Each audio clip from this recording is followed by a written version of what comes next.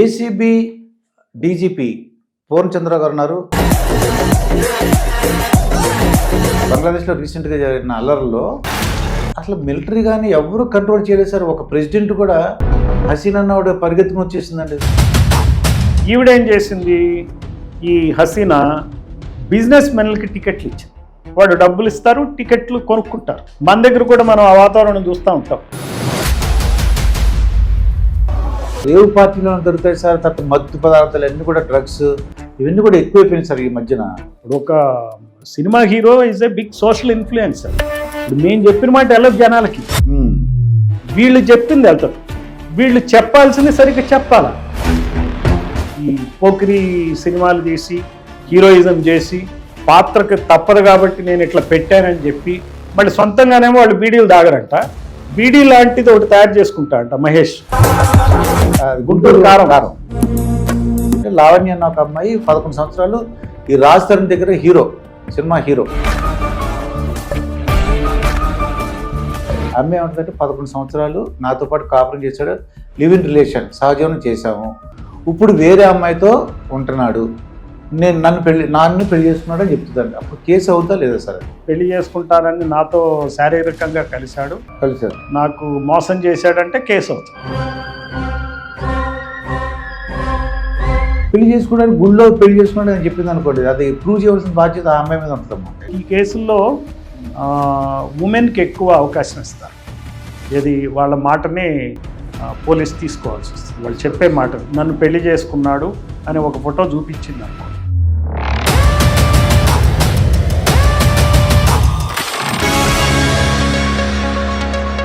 Welcome to our channel. నేను మీ master Durga Prasad. ఈరోజు మనతో పాటు ఏసీబీ డీజీపీ పూర్ణచంద్ర గారు ఉన్నారు. సార్ నమస్కారం. సార్ నమస్కారం. మీరు రిటైర్డ్ అయినా సరే యంగ్స్టర్గా ఉన్నారు సార్. ఇంకా మీకు ఆ శక్తి ఉన్నట్టు నాకు కనిపిస్తుంది. మీరు లా అండ్ ఆర్డర్గా చేసిన బ్రహ్మాండం మెయింటైన్ చేశారటండి. మాకు తెలిసిన వాళ్ళందరూ చెప్పారన్నమాట. ఆయన చాలా బాగా మెయింటైన్ చేశారు. అసలు దానికి ఎలా సార్, దానికి ఇన్స్పిరేషన్ ఏంటి? అసలు లా అండ్ ఆర్డర్కి మీ ప్రత్యేకమైన ఆఫీసర్ అని చెప్తున్నారు సార్ అందరూ డిపార్ట్మెంట్లో. అదేమో తెలియదు కానీ లా అండ్ ఆర్డర్ బాగా మెయింటైన్ చేయాలనేటువంటి అభిప్రాయం అయితే నాకు ఎలా వచ్చిందంటే, నేను అప్పుడు నేషనల్ పోలీస్ అకాడమీ హైదరాబాద్లో ట్రైనింగ్ అవుతున్నా 1988. ట్రైనింగ్ అవుతున్న ప్రాంతాలు 88, 89 2 years ఉన్నాను. ఆ సమయంలో మనకి విజయవాడలో ఈ రంగా మర్డర్ అయినాక తీవ్రమైన అల్లర్లు చెలరేగుతాయి. సో షాపులు తగలబెడతారు, మరి విపరీతమైన అల్లర్లు అవుతాయి. పోలీసులు దాన్ని కంట్రోల్ చేయడంలో విఫలమవుతారు. లూటీలు జరుగుతాయి. అది చాలా పెద్ద, బహుశా చాలా పెద్ద ఇన్సిడెంట్ అదేనేమో. అంతకుముందు ఎప్పుడు జరిగి ఉండకపోవచ్చు. ఆ తర్వాత కూడా దాన్ని మించిన ఇన్సిడెంట్లు తక్కువే అని చెప్పచ్చు. బట్ ఒక రంగా మర్డర్ వలన విపరీతమైనటువంటి ప్రజల ఆగ్రహ దగ్గరులై బీసీలు కానీ, ఎస్సీలు కానీ, ఎస్టీలు కానీ, మైనార్టీలు కానీ రోడ్ల మీదకి వచ్చి విపరీతమైనటువంటి అల్లర్లకు పాల్పడ్డారు. ఈ పాల్పడినప్పుడు నేను అనుకున్నాను, సర్వీస్లో మనం ఎప్పుడన్నా ఉద్యోగం చేస్తే మన ఏరియాలో ఇట్లా కాకూడదు, కాని విధంగా చేయాలి అని అనుకున్నాను. నాకు అప్పుడు దాని మీద ఒక రెజల్యూషన్ అలా వచ్చింది. అదే నేను ట్రైనింగ్ పూర్తయినాక ప్రొద్దుటూరు ఏఎస్పీగా వెళ్ళాను. ప్రొద్దుటూరు ఏఎస్పీకి వెళ్ళినప్పుడు మా ఎస్పీ గారు ఆయన కెప్టెన్ కేవీ రెడ్డి అని మంచి ఆఫీసర్, ఆయన ఎస్పీ ఉండే. ఆయన ఏమన్నారంటే, పక్క సబ్ డివిజన్ ఉంది జమ్మలమడుగు అని, ఆ జమ్మలమడుగు పక్క సబ్ డివిజన్లో ఇట్లనే ఒక శంకర్ రెడ్డి అని అతన్ని షాద్నగర్ బస్ స్టాండ్ అనుకుంటా డిసెంబర్ నెలలో చంపేస్తారు. ఇక కొడవళ్ళు బాంబులు వేసి మొత్తం మీద వాడిని చంపేస్తారు. శంకర్ రెడ్డిని చంపినాక జమ్మలమడుగు పట్టణంలో ఈ ప్రజలందరూ రోడ్ల మీదకి వస్తారు. సో ఈ టెక్స్టైల్ షాప్స్ ఇవన్నీ ఉంటాయి. సో అల్లర్లు జరుగుతున్నాయి, గ్రామాల్లో కూడా లూటీలు జరుగుతున్నాయి అని చెప్పి ఆయన డిఎస్పీ సెలవులో ఉన్నాడు, జమ్మలమడుగు డిఎస్పీ, మీరు వెళ్ళండి అన్నాడు ఆయన. నాకు వెంటనే రంగా ఇన్సిడెంట్ మెదిలింది. ఓకే, అలా నేను వెంటనే బయలుదేరాను. ఎస్పీ చెప్పంగానే బయలుదేరి వెళ్ళాను. వెళ్ళేటప్పటికి ఆ సెంటర్లో ఉన్న 4 రోడ్ల జంక్షన్ ఉంది. ఆ 4 రోడ్ల జంక్షన్ చూస్తే నాకు ముందు బజార్ మొత్తం షాపులు ఉన్నాయి, left side right side, almost 2 floors కూడా ఉంటాయి కొన్ని. జనాలు మొత్తం నిండు ఉన్నారు అక్కడ. ఇక నా దగ్గర ఏపీ స్పెషల్ పోలీసు సెక్షన్లు ఉన్నాయి. సో ఒక నలుగురినేమో రోడ్డు మీద నీలింగ్ డౌన్ పొజిషన్లో నుంచోబెట్టారు. నీలింగ్ అంటే మోకాళ్ళ మీద నుంచోబెట్టి వెపన్ ఈ పొజిషన్లో వాళ్ళు కూర్చుని ఉంటారు, నీలింగ్ పొజిషన్లో ఇలా పట్టుకుని ఉంటారు. ఇంకో నలుగురిని పైన ఎక్కించాను, నుంచోబెట్టి స్టాండింగ్ పొజిషన్లో వెపన్ని ఫోకస్ చేశాను. చేసి వాళ్ళకి వెంటనే డిక్లేర్ చేశాను, మీరు గనక ఇక్కడ అల్లర్లు ఆపకపోతే, ఇక్కడ ఏమైనా తగలబెట్టినా ఏమైనా చేసినా వెంటనే కాల్పులు జరుపుతాం అని చెప్పాను. ఆ చెప్పటంతో అంటే రకరకాల వార్నింగ్లు అయిపోయినాక వాళ్ళకి అర్థమైపోయింది, ఎవరో కుర్రాడు ఏఎస్పీ వచ్చాడు, మనకు పాత డిఎస్పీ కాదు ఇక్కడ, ఆయన ఓల్డ్ మ్యాన్, సో కాదు ఎవరో కుర్రాడు వచ్చాడు, బయట నుంచి వచ్చాడు, ఏం చేస్తాడో ఏమో అనుకున్నారు వాళ్ళు. వాళ్ళకి మెసేజ్ వెళ్ళిపోయింది. మెసేజ్ వెళ్ళిపోయి వెంటనే డిస్పర్స్ అయ్యారు. వాళ్ళని ఇమీడియట్గా కంట్రోల్, ఫైర్ ఓపెన్ చేయకుండా. నాకు కూడా ఒకసారి కేఎస్ వ్యాస్ గారని ఆయన చనిపోయారు, చాలా మంచి పోలీస్ ఆఫీసర్. ఆయనతో నేను ఈ ట్రైనింగ్లో ఉండగానే కలుస్తుండేవాడిని. ఆయన కేఎస్ వ్యాస్ ఆయన ఏమన్నారంటే, ఎప్పుడైనా సరే నువ్వు ఫైర్ ఓపెన్ చేసి ఏం చేస్తే ఫైర్ చేయాలి, అంతేగాని గాలిలో ఫైరు లేకపోతే ఇవి చేయొద్దు, యూ షూట్ టు కిల్ అన్నాడు ఆయన. నువ్వు ఫైర్ ఓపెన్ చేసేట్టుగా రెడీగా ఉంటేనే చెయ్యి, ఈ బేరాల సారాలు ఆడితే వాళ్ళకి అర్థం కాదు అనేవాడు.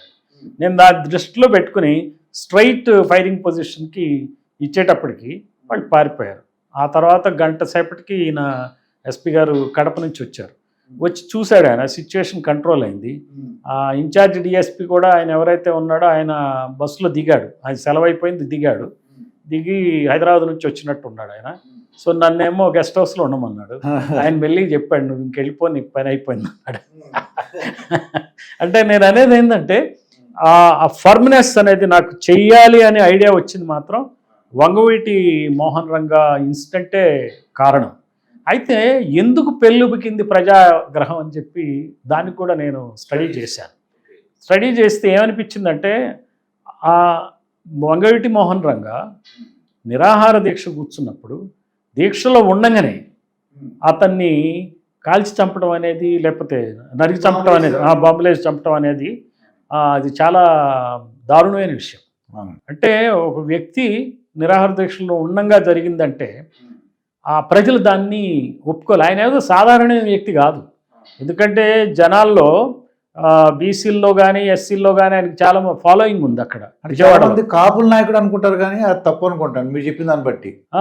కాపుల నాయకులుగా ఇప్పుడు ఏమవుతుందంటేనండి, పాలిటిక్స్లో మనకు 2 కులాలు ఉన్నాయి ఆంధ్రప్రదేశ్లో, రెడ్డి కమ్మ కులాలు. వీళ్ళే పాలక కులాలు. వేరే వాళ్ళు ఎవరేం చేసినా వాళ్ళని ఏం చేస్తారంటే ఒక కుల నాయకుడి కింద సైజ్ కట్ చేయటానికి చూస్తారు. రాజకీయ జీవితాన్ని, ఇప్పుడు నా బోటి వాడు బీసీ అండి, బీసీ నేను కుమ్మరి, నన్ను ఏమంటారు, వాళ్ళది ఎంతండి, 1,00,000 కదా, 1,50,000 కదా, వాళ్ళకేం లెక్క, ఈయన పలానా కుమ్మరి నాయకుడు అన్నట్టు కట్ చేయడానికి చూస్తారు. ఎప్పుడు చేస్తే ఏమవుతాడంటే వాడు ఫీల్డ్లో ఉండడు. అలాంటి అన్యాయమే జరిగింది వంగవీటి మోహన్ రంగాకి. ఎందుకంటే మీరు వంగవీటి మోహన్ రంగా స్టాట్యూస్ అన్నీ చూడండి, మీరు చేయలేదు ఎక్కడైనా కానీ చూడండి, స్టాట్యూస్ పెట్టిన వాళ్ళు చిన్న చిన్న కులాల నుంచి ఉన్న వాళ్ళే ఉంటారు. అంటే సిమెంట్తో చేసినవి ఉంటాయండి. మరి సిమెంట్తో చేసిన విగ్రహాలు అంటే మరి ఎవరు చేసినట్టు చెప్పండి? పేదోడు పెట్టుకునే విగ్రహమే కదా. పెద్దలు బాగా డబ్బున్నోడు పెట్టేది కాంస్య విగ్రహం పెడతాడు కదా. సిమెంట్ విగ్రహాలు పెట్టాడంటే ఎవరు పెడతారు? వీళ్ళే పెడతారు. చిన్న డబ్బు లేని వాళ్ళు పెట్టుకునేది వాళ్ళ చేతిలో ఉంది, అదొకటే. కింద చూస్తే కూడా చిన్న చిన్న నాయకుల పేర్లు ఉంటాయండి ఆ బోర్డు మీద. Rickshaw association, rickshaw pullers association, ఈ రకమైన కూలీలు ఆ టైప్ వాళ్ళు ఉంటారు. ఇప్పుడు అందుకనే విజయవాడలో ఇప్పటికి కూడా ఆ కులాల్లో వాళ్ళలో ఇంకా వాళ్ళకి ప్రజాస్వామ్యం సరిగ్గా వాళ్ళకి రాలే, ప్రజాస్వామ్య ఫలాలు అందలే. పైన ఉన్నటువంటి ఇప్పుడు మీరు అక్కడ చూస్తే ఈ రోజున ఎవరిని తీసినా సరే పై కులం వాళ్ళు తప్పిస్తే వేరే వాళ్ళకి అక్కడ స్థానం లేని పరిస్థితి ఉంటుంది విజయవాడలో. సో అది ఆ రోజున ఆయన కానీ బతికుంటే బ్రేక్ చేసేవాడు. ఆయన చుట్టూ ఉన్నవాళ్ళు కూడా చేసిన తప్పని ఏంటంటే ఆయన్ని కాపు నాయకుడి కింద చేయటం కూడా వాళ్ళు చేసిన తప్పని. అందుకని వాళ్ళు పేరు పెట్టుకున్నప్పుడు కాపునాడు అని పెట్టుకున్నారు. నాకు తెలిసిన విషయం ఏంటంటే ఆయన సకల జనుల నాడో ఏదో అలాంటి పేరు పెట్టమని అన్నాడని విన్నా నేను. ఆ పేరు పెట్టకుండా వీళ్ళు కాపునాడు అని పేరు పెట్టడంతో చివరికి కాపుల నాయకుడి కింద తయారు చేసి అతను వాళ్ళ వర్గం వాడు అనేటువంటి చేయటంతో, ముద్ర వేయటంతో బీసీలకి కానీ, ఎస్సీలకు కానీ, ఎస్టీలకు కానీ, మైనారిటీలకు కానీ అక్కడ లీడర్షిప్ కొరవడింది. ఈరోజు కూడా డెమోక్రసీ డెఫిసిట్ అని అంటాం మనం. డెఫిసిట్ అంటే ఏంటంటే కొన్ని రాజకీయంగా కొన్ని కులాలు రాజకీయాలకి పాత్ర ఉండదు, వాళ్ళకి రాజకీయమైన గుర్తింపు ఉండదు. అంటే వాళ్ళు సపోజ్ అసెంబ్లీలో ఎమ్మెల్యేలుగా వీళ్ళు ఎంటర్ కారు. ఇప్పుడు అసెంబ్లీలో మనకి 242 కులాలు ఉన్నాయి ఆంధ్రప్రదేశ్లో. ఈ 242 కులాల్లో మనం స్వాతంత్రం వచ్చిన దగ్గర నుంచి చూస్తే ఈ పాత మన ఉమ్మడి ఆంధ్రప్రదేశ్ కాకుండా విభజిత ఆంధ్రప్రదేశ్ 13 జిల్లాల్లో మొత్తం ఎమ్మెల్యేలు 17 ఎలక్షన్లు జరిగినాయి. 17 ఎలక్షన్లు జరిగితే ఈ ఎలక్షన్లో ఎమ్మెల్యేలు ఎంతమంది ఎలక్ట్ అయ్యారంటే 2902 మంది ఎమ్మెల్యేలు ఎలక్ట్ అయ్యారు. 2902 ఎమ్మెల్యేలు. అందులో రెడ్లు మాత్రమే 23% ఉన్నారు. మరి 23% జనాభా ఉందా రెడ్లది? లేదు. 7% ఉన్నారు. మరి కమ్మలు 19% ఉన్నారు ఎమ్మెల్యేలు. మరి అంత జనాభా ఉందా? లేదు. మరి కాపులు 10% ఎమ్మెల్యేలు ఉన్నారు. అంతే ఉందా జనాభా కాపులది? ఇంకెక్కువ ఉంది కదా, ఎక్కువ ఉంది కదా. సరే, తూర్పు కాపులను మినహాయిద్దాం. బలిజలని మనం చెప్పుకోవడమే కానీ బలిజ ఎమ్మెల్యే ఒక్కడే ఉన్నాడు. ఇప్పుడైతే 2 ఉన్నారు. గత అసెంబ్లీలో ఒక్కడు, ఇప్పుడు 2 ఉన్నారు బలిజలు. అంతకన్నా ఎక్కువేం లేరు. బలిజలు కూడా ఉన్నారు కదా అంటారు వాళ్ళు కలుపుకుంటే వాళ్ళు ఎక్కువ. అక్కడ తూర్పు కాపులు ఉన్నారు ఆ ఏరియాలో. సో మీకు 10% ఎమ్మెల్యేలే కాపు కులం నుంచి ఉన్నారు. సో ఈయన ఎప్పుడైతే మోహన్ రంగాని కాపు కులానికి ముద్ర వేసేయటంతో వాళ్ళ వరకే ఓనప్ చేసుకున్నట్టుగా వేరే వాళ్ళకి సంబంధం లేని నాయకుడిగా చూసేటప్పటికి వేరే వాళ్ళకి నాయకుడు కరువయ్యాడు. బీసీలకు ఇప్పుడు నాయకుడు లేడు ఆంధ్రప్రదేశ్లో, ఎస్సీలకి లేడు నాయకుడు, ఎస్టీలకి లేడు, ముస్లింలకి నాయకుడు లేడు. ఈ రోజు చెప్పండి, బలమైన నాయకుడు పలానా ఆయన ఎమ్మెల్యేలు ఉంటారు కానీ పేరు ప్రఖ్యాతులు ఉన్నటువంటి నాయకుడు లేరు. అదే బీసీలు వచ్చేటప్పటికి సగానికి సగం జనాభా బీసీలు అంటారు కదా. 2902 ఎమ్మెల్యేలు అయితే ఎంతమంది బీసీలు ఎమ్మెల్యేలకు ఉండాలా? కనీసం 1400-1500 ఉండాలా? కానీ వాళ్ళు ఉన్నది 17%. అంటే 500 వరకే ఉన్నారు ఎమ్మెల్యేలు. అంటే ఇంకా 1000 ఎమ్మెల్యేలు, ఒక 1000 మంది ఎమ్మెల్యేలు బీసీలు ఉండాలి. ఈ 1000 మంది ఎమ్మెల్యేలు ఎవరు ఎత్తుకెళ్ళిపోయారు? ఈ పదవులన్నింటినీ రెడ్డి కమ్మ కులాలు ఎత్తుకెళ్ళిపోయారు. అందువలన ప్రాబల్యం వాళ్ళది ఎక్కువైపోయింది. సో అందుకని నీకేమవుతుందంటే వంగవీటి మోహన్ రంగా లాంటి లీడరు ప్రజలకు గుర్తింపు రారు. వేరే వాళ్ళు ఎవరెవరినో తీసుకొస్తారు లీడర్లని. ఎంపీలుగా మీరు విజయవాడ చూసుకుంటే అన్నదమ్ముల మధ్య పోటీ పెట్టారు. ఒక కులమే, పైగా ఒక కుటుంబం. సో వేరే వాడికి అసలు స్కోప్ లేదు అక్కడ. మీకు ఏం చేస్తారంటే విజయవాడ సెంటర్లో ఎవరు గెలిచినా కమ్మతనే గెలవాలి, వేరేవాడు గెలవటానికి లేదు. వేరేవాడికి సీట్ ఇస్తే ముందే చెప్తారు, ఇది కాపు, వీళ్ళు ఇలా ఉంటారు, వీళ్ళు పాలన రాదు, చేత కాదు, ఏదో చెప్తారు. మేము బాగా చేస్తామండి. ఏం చేశారు బాగా వీళ్ళు? ఈ 13 జిల్లాల్లో కమ్మలు కానీ రెడ్లు కానీ పాలన ఏం చేశారు? ఆస్తులు హైదరాబాద్లో పెంచుకున్నారు, ఇక్కడ ఏం చేశారు? అందువల్ల మీకు వంగవీటి మోహన్ రంగా కేసు అనమాట. నేను అక్కడ నాకు ఆ కేసును గురించి వెళ్ళిన కొద్దీ తీరా చూస్తే ఈ 2 కులాల పాలనలో వంగవీటి మోహన్ రంగా కేసును పట్టుకోలేకపోయారుగా ముద్దాయిల్ని. ఇంకా దొరకలేదు కదా, ఎవరో చెప్పలేరు కదా, డిక్లేర్ చేయలేరు కదా. మరి ఏం చేస్తున్నట్టు ఈ 2 కులాలు? సో ఈ రకంగా చూస్తే విజయవాడ సెంటర్ కనుక మనం చూసుకున్నట్టయితే ఇది భయంకరమైన కుల తీవ్రత, కుల గజ్జి ఉన్న ప్రాంతం ఆ ఏరియాలో. సో అటువంటిది ఆ ఇన్సిడెంట్ చూసినాక నేను అందుకే ఎక్కడికి వెళ్ళినా, ఎక్కడ పని చేసినా సరే ఈ దృష్టితోనే లా అండ్ ఆర్డర్ని ఖచ్చితంగా కంట్రోల్ చేయటమే, ఎట్టి పరిస్థితుల్లోనూ స్పేర్ చేయని విధంగానే పనిచేయడానికి ప్రయత్నించాను. అది నాకు ఒక రకంగా చెప్పాలంటే ఆ ఇన్సిడెంట్ నేను ట్రైనింగ్లో ఉండంగానే తెలవడం అనేది నాకు మంచి అనుభవాన్ని ఇచ్చింది. చివరి వరకు దాన్ని ఆ రకంగా దాన్ని నిలబెట్టుకోవటానికి నేను ప్రయత్నించాను. ఇప్పుడు మీరు దీన్ని బంగ్లాదేశ్కి చూద్దాం సార్. బంగ్లాదేశ్లో రీసెంట్గా జరిగిన అల్లర్లో అసలు మిలిటరీ కానీ ఎవరు కంట్రోల్ చేయలేదు సార్. ఒక ప్రెసిడెంట్ కూడా హసీనా అన్నవాడు పరిగెత్తుకుని వచ్చేసిందండి. ఇది అంత అంటే పోలీసులు కానీ ఆ టైంలో వ్యవస్థలు ఏం చేయలేవు సార్ ఆ టైంలో. ఇప్పుడు ఏమవుతుందంటేనండి, ఈ రూలర్ని బట్టి వ్యవస్థ ఉంటుంది. ఇప్పుడు మన దేశాల్లో భారత ఉపఖండంలో ఇంకా వీళ్ళకి ప్రజాస్వామ్యం అలవాటు కాల రూలర్స్కి. వీళ్ళు పాతకాలం ఎవరైతే గ్రామాల్లో పెత్తందారులు ఉంటారో అదే, ఈ నియంత్రణ- పెత్తందారితనమే వీళ్ళు ఎగ్జిబిట్ చేస్తారు.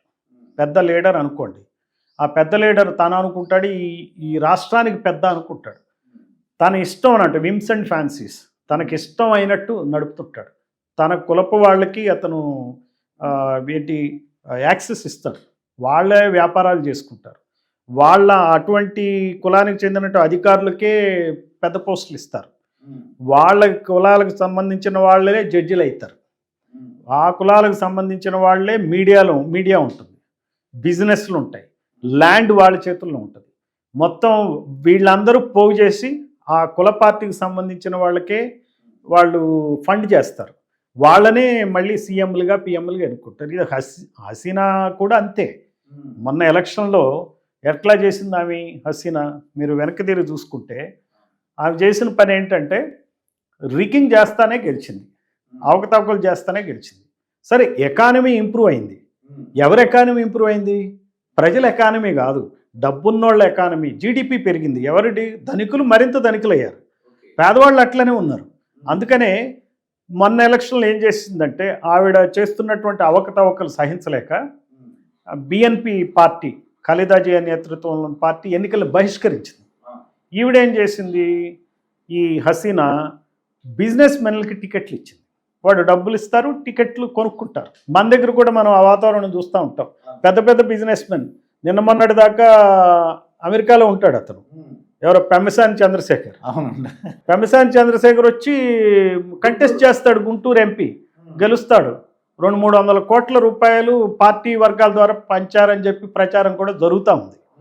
సో మళ్ళీ అతను మినిస్టర్ కూడా అయిపోతాడు. అప్పుడు నిజమైన టీడీపీ కార్యకర్తలకి ఏ మెసేజ్ వెళ్తుంది? నీకు ఎంపీ టికెట్ రావాలంటే డబ్బు ఉండాలా, నీ రూలింగ్ కులం ఏదైతే ఉందో కమ్మ కులానికి చెందినవాడి అయి ఉండాలా, అప్పుడే నీకు టికెట్ వస్తుందనే కదా. అంతే కదా. మీకు ఆ నియోజకవర్గంలో, ఆ పార్లమెంట్ నియోజకవర్గంలో బీసీలు ఎంతమంది ఉంటారు? సగానికి సగం మంది ఉంటారు. కానీ ఒక బీసీ ఎమ్మెల్యే అవుతాడు. లాస్ట్ ఎలక్షన్లో ఒక్క బీసీ కూడా లేడు అక్కడ ఎమ్మెల్యే. అంబేద్కర్ పుణ్యం అని గుంటూరు పార్లమెంట్ నియోజకవర్గంలో 2 ఎస్సీలు ఎమ్మెల్యేలు ఉంటారు. ఆయన పుణ్యం అది, లేకపోతే వాళ్ళు కూడా ఉండేవాళ్ళు కాదు. అది రిజర్వ్డ్ కాన్స్టిట్యూన్సీ, అవి రిజర్వ్డ్ మనం అనుకుంటున్నాం. కానీ మిగిలిన 5 నియోజకవర్గాలు కమ్మలకు కానీ రెడ్లకు కానీ రిజర్వ్డ్. ఇప్పుడు రిజర్వేషన్లు అనేది ఏంటంటే మనం చూసేది ఏంటంటే అంబేద్కర్ పుణ్యం అని 2 సీట్లు అక్కడ రిజర్వ్ అయినాయి, కానీ కాదు 5 సీట్లు వీళ్ళకి రిజర్వ్ అయినాయి. అందుకనే ఇప్పుడు మన అసెంబ్లీలో చూస్తే 35 మంది కమ్మలు ఉన్నారు. గత అసెంబ్లీలో 17 మంది కమ్మలు ఉన్నారు. గత అసెంబ్లీలో 50 మంది రెడ్లు ఉన్నారు. ఇప్పుడు 32 మంది రెడ్లు ఉన్నారు. అంటే నేను అనేది ఏంటి, ఈ నియోజకవర్గాలు 60-70 నియోజకవర్గాలు ఈ 2 కులాలకి రిజర్వ్ అయినాయి. ప్రజలు ఏమంటున్నారు, అరే ఎస్సీలకి రిజర్వేషన్ ఉందా, ఎస్టీలకి రిజర్వేషన్ ఉంది. ఇది ఎస్సీలకి ఎస్టీలకి రిజర్వేషన్ లేదు. ఈ రిజర్వేషన్ ఉన్నదే ఈ అగ్ర కులాలకి, ఈ 2 కులాలకి ముఖ్యంగా. అయితే ఈ బంగ్లాదేశ్ విషయంలో కూడా అదే పరిస్థితి. మతం ఉంది, తేడా ఉంది, సేమ్ వర్గాలు ఉన్నాయి అక్కడ. ఆ వర్గాలు ఉన్న నేపథ్యంలో ఇట్లానే టికెట్లు కూడా ఆవిడ ఇచ్చింది. వీళ్ళు ఇస్తున్నట్టుగానే డబ్బున్నవాడు ఇండిపెండెంట్ని ఆవిడే నిలబెట్టింది. ఎందుకంటే పోటీ ఉండాలి కదా. ఫేక్ ఇండిపెండెంట్స్ నిలబడ్డారు, వాళ్ళతో ఎలక్షన్ జరిపించేసింది. ఎలక్షన్ జరిపించాలంటే ఎలక్షన్ కమిషన్ లోపాయికారిగా ఆమెకు అనుకూలంగా పనిచేసినట్టే. మనం అలాంటి ఆరోపణలు కూడా ఇప్పుడు వింటున్నాం ఇక్కడ భారతదేశంలో. అలానే పోలీస్ యంత్రాంగం కూడా వాళ్ళు కూడా అలానే లోపాయికారిగానో డైరెక్ట్గానో వీళ్ళకి సహకరించారు. ఒక పెద్ద పొలిటికల్ పార్టీ పార్టిసిపేట్ చేయకపోయినా 40% వచ్చి సజావుగా ఎలక్షన్ జరిగే విధంగా అక్కడ పోలీసులు చేశారంటే వాళ్ళని బ్రైబ్ చేశారు. అలానే అక్కడున్న రెవెన్యూ యంత్రాంగానికి కూడా అదే విధంగా పోలీస్ మాదిరిగానే చేశారు. చేసేటప్పటికి ప్రజలు ఏమైంది, ఆ పోలీస్ స్టేషన్ మీద అక్కడ ఉన్నటువంటి రెవెన్యూ ఆఫీసర్, మన ఆర్డీఓ లాంటి ఆఫీసర్లు, కలెక్టర్ లాంటి ఆఫీసర్లు ఎవరైతే ఉన్నారో వాళ్ళ మీద ఏ రకమైనటువంటి నమ్మకం ప్రజల్లో లేదు. సో అక్కడ ఆమె చేసినటువంటి పనుల వలన వీళ్ళ ఎంటైర్ యంత్రాంగాన్ని కరప్ట్ చేయటం వలన గ్రామంలో ఉన్నటువంటి అందుకే పోలీస్ స్టేషన్ మీద దాడులు జరిగింది. పోలీసులు నిష్పక్షపాతంగా వ్యవహరించుంటే, పోలీసులకి కెపాసిటీ ఉంటుంది సార్, ఆపేయగల కెపాసిటీ. నిష్పక్షపాతంగా ఉంటే వింటారు మాటలు. ఎప్పుడూ కూడా నా సర్వీస్లో ఒక సబ్ ఇన్స్పెక్టర్, మంచి సబ్ ఇన్స్పెక్టర్ ఉంటే మా అక్కడ పోలీస్ స్టేషన్ కాదండి, ఊళ్ళో గొడవలే జరగవు. వాళ్ళు ప్రజలు వాచ్ చేస్తారండి. ఎప్పుడు ప్రజలు ఏం చేస్తారంటే చూస్తారు, ఈ సబ్ ఇన్స్పెక్టర్ ఫెయిర్గా ఉంటాడు, ఈయన తప్పేం లేదు. పై అధికారి తప్పు చేసిన సబ్ ఇన్స్పెక్టర్ వెళ్ళి చూస్తే ఎన్నో సిచ్యువేషన్స్, ఇప్పుడు మనం ఆంధ్రప్రదేశ్లో కూడా మరి ఇంత పాపులేషన్, ఇన్ని సమస్యలను మేము అధిగమించామంటే నీతి నిజాయితీ కలిగిన సబ్ ఇన్స్పెక్టర్లు, సమర్థత కలిగిన వాళ్ళు ఎంతోమంది ఉంటేనే చేశాం. ఒక్కొక్క చోట ఒక కానిస్టేబుల్ ద్వారా కూడా మాకు పెద్ద పెద్ద లా అండ్ ఆర్డర్ సమస్యలు తీరిపోతాయి. వాళ్ళు చెప్తారు, సార్ వచ్చారయ్యా, చేస్తారు, న్యాయం చేస్తారు, మీరు తొందరపడకండి అనగానే వాళ్ళు 2-3 పిలుస్తారు పోలీస్ స్టేషన్లో, మాట్లాడతారు. సీనియర్ ఆఫీసర్ వెళ్ళిన, సార్ వీళ్ళిద్దరు సార్ మీరు వాళ్ళకి చెప్పండి సార్ ఒక మాట చేస్తామంటే అప్పుడు మనం విడమర్చి చెప్తాం, ఇది కేసు ఇట్లా అయింది, అన్యాయం జరిగింది, వాస్తవమే, మేము చర్య తీసుకుంటాం అనగానే మాకు మాట ఇచ్చాడు ఆయన, ఎస్ఐ మాట ఇచ్చాడు వెళ్ళిపోదాం, డిఎస్పి మాట ఇచ్చాడు వెళ్ళిపోదాం, ఎస్పీ మాట ఇచ్చాడు వెళ్ళిపోదాం అని చెప్పి ఆటోమేటిక్గా వెళ్ళిపోతారు. అవి చాలా ఇన్సిడెంట్స్. ఒక సబ్ ఇన్స్పెక్టర్ చాలు బ్రహ్మాండమైన లా అండ్ ఆర్డర్ ప్రాబ్లమ్ని చాలు, అంత క్యాపబిలిటీ ఉన్న అధికారులు ఫెయిర్గా ఉండాలి, పక్షపాతంగా ఉండాలి, ఒకవైపు కొమ్ము కాసినట్టు ఉండకూడదు. అక్కడ ప్రజాప్రతినిధి ప్రజా కంటకుడైనా కానీ ఆఫీసర్ మంచివాడైతే నా మాట విని వెళ్ళండి అంటే వెళ్తారు. అట్లాంటి ఎన్నో ఎక్స్పీరియన్సెస్ ఉన్నాయి. అవును సార్ ఆయన అట్టంటోడే, మీ న్యాయం చేస్తారుగా, మీ మాట వినిపోదు. అతనిలాగా ప్రవర్తిస్తే, ప్రజాకంటకుడైనటువంటి ఎమ్మెల్యేలాగా కానీ మినిస్టర్గా కానీ ప్రవర్తిస్తే ఇతన్ని మళ్ళీ లెక్క చేయరు. అదే జరిగింది అక్కడ బంగ్లాదేశ్లో. అందుకే వాళ్ళు పోలీస్ స్టేషన్ తగలబెడతారు. పోలీస్ స్టేషన్ తగలబెట్టి ఎంత విపరీతమైన ఒత్తిడి వచ్చిందంటే సైన్యం వాళ్ళ ప్రభుత్వాన్ని ఏర్పాటు చేయలేని పరిస్థితి వచ్చింది. లేకపోతే సైన్యం తీసుకునేది. అక్కడ మార్షల్లా వాళ్ళు పెట్టేవాళ్ళు, అక్కడ సైన్యాధిపతి బంగ్లాదేశ్ని టేక్ ఓవర్ చేసేవాడు.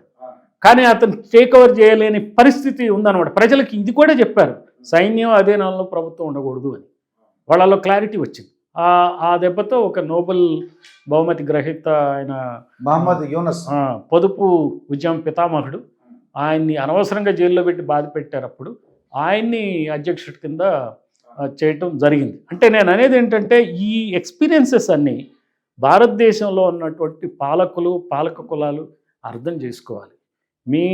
ప్రతిరోజు మీ రోజే కాదు, ఇవి పోయే రోజులు వస్తున్నాయి కాబట్టి ఈ దృష్టితో మనం ఆలోచించాలి. నాకు తెలిసినంత వరకు అంటే మీ జ్యూరిస్డిక్షన్లో ఇప్పుడు కూడా రేవ్ పార్టీలు జరిగి ఉండవు. ఎందుకంటే మీరు స్ట్రిక్ట్ ఆఫీసర్, వాళ్ళకి తెలిసిపోద్దండి కండక్ట్ చేసేవాళ్ళకి, ఆ ఏరియాలో వద్దురుబాబు పూర్ణచంద్ర గారు ఉన్నారని చెప్పేసి ఒక భయం ఉంటుంది. కానీ అసలు రేవ్ పార్టీలో దొరుకుతాయి సార్. తర్వాత మత్తు పదార్థాలు అన్నీ కూడా, డ్రగ్స్ ఇవన్నీ కూడా ఎక్కువైపోయినాయి సార్ ఈ మధ్యన. అవి తగ్గించాలని ప్రయత్నం చేస్తున్నారు. అట్లా మీ ఆధ్వర్యంలో ఎలా కంట్రోల్ చేయగలిగారు సార్ మీ జ్యూరిస్డిక్షన్? మీకు ఒక ఎగ్జాంపుల్ చెప్తానండి.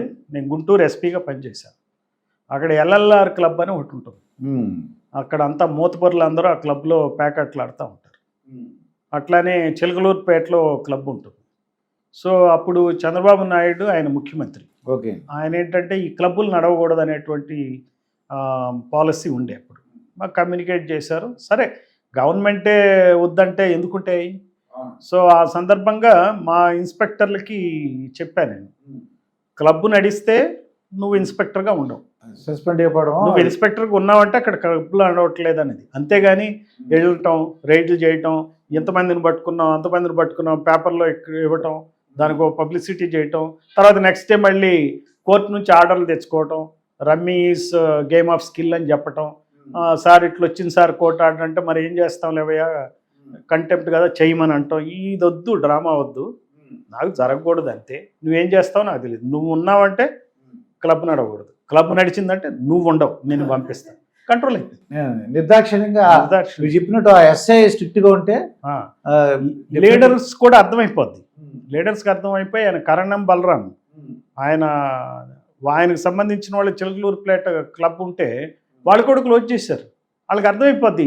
ఒకటి ఉంది ఇక్కడ, అధికారి కూడా ఎట్లుండాలంటే కొంతమంది కొన్ని క్లబ్లు అలౌ చేసి కొన్ని క్లబ్లు అలౌ చేయకపోతే వాళ్ళు ఊరుకోరు. పొలిటీషియన్స్ ఎప్పుడు కూడా చూస్తారు ఇతని ఉద్దేశం ఏంటని. పేరు కోసం ప్రఖ్యాతి కోసం కాదు, ఇతను జెన్యూన్గా ఉన్నాడు, ఖచ్చితంగా కంట్రోల్ చేస్తున్నాడు. ఇదే కాదు, ఏదైనా సరే నిష్పక్షపాతంగా ఉన్నాడు అంటే జనరల్గా అతను జోలికి రారు. ఇతను ఇంతే లేవయా చాదస్తం, వినడు, అరే వద్దురా మీరు చేయకండి అని. అతనికి కూడా ఈజీ. కింద నాయకుడు కింద వాళ్ళని కంట్రోల్ చేయాలంటే, అరే వాళ్ళది లేదుగా క్లబ్బు, మంది లేదు, ఎందుకు నువ్వు గొడవ చేస్తావు, ఉండి కూర్చో అంటాడు. అందువల్ల మనం ఆ రకంగా కంట్రోల్ చేయాల్సింది. జరిగిందంటే అక్కడ ఉన్న లోకల్ పోలీస్ అధికారి SHO ఫెయిల్యూర్ కిందనే భావించాలి. భావించే విధంగా ఉండాలంటే ఆ SIని కానీ ఇన్స్పెక్టర్ని కానీ ట్రాన్స్ఫర్ చేసే అధికారాలు ఆ ఎస్పీకి కానీ సిపి కానీ ఉండాలి. సిపి ఇక్కడ నన్ను ఉంచడు అంటే అతను కంట్రోల్ చేస్తాడు. అలా కాకుండా సిపి కంట్రోల్లో, ఎస్పీ కంట్రోల్లో SIలు ఇన్స్పెక్టర్లు పోస్టింగ్లు లేని పరిస్థితులు ఉన్నాయి ఈరోజు. సో ఎమ్మెల్యే లెటర్లు ఇస్తే పోస్టింగ్లు ఇవ్వటం, వీళ్ళు కూడా నేను ఏదో ఒక పోలీస్ స్టేషన్కి ఇన్స్పెక్టర్కి వెళ్ళాలి, SI వెళ్ళాలి, ఏం చేస్తామని చెప్పి వాళ్ళు వెళ్ళి లెటర్లు తెచ్చుకుని పనిచేస్తున్నప్పుడు కాంప్రమైజ్డ్ పోలీసింగ్ ఉంటుంది. ఇక్కడ ఫెయిర్ పోలీసింగ్ ఉండదు. అంటే ఎందుకు సార్ కొంతమంది SIలు కానీ CIలు కానీ ఆ ప్లేస్ కోరుకుంటారు, దేనివల్ల అంటారు ఆ ప్లేస్ కావాలి, అది కావాలి, ఇది కావాలని ప్లేస్ అంటే అక్కడ ఉన్నటువంటి రాజకీయ వ్యవస్థను బట్టి అది ఆ ఆలోచన వస్తుంది. ఈ రాజకీయ వ్యవస్థ ఎవరైతే ఉన్నారో ఆ రోజున ఉన్నటువంటి చీఫ్ మినిస్టర్ కానీ కింది వాళ్ళు కానీ వాళ్ళ పరిస్థితిని వాళ్ళు చేసేటువంటి పనిని బట్టి ఉంటుంది. వాళ్ళు కరప్షన్ ఉన్నా నాకు బాధ లేదు, ఎవరున్నా బాధ లేదు అనే దృష్టిలో ఉంటే, సో అందరూ కూడా ఏం చేస్తారంటేనండి, ఎప్పుడు కూడా ఇంటి పెద్దను బట్టే ఇంట్లో ఉన్న కుటుంబ సభ్యులందరూ ఉంటారు. యథారాజా తదా ప్రజ ఉంటారు. సో మనకు కూడా చెప్తారు, ఓటర్లను బ్లేమ్ చేస్తారు ఈ నాయకులు.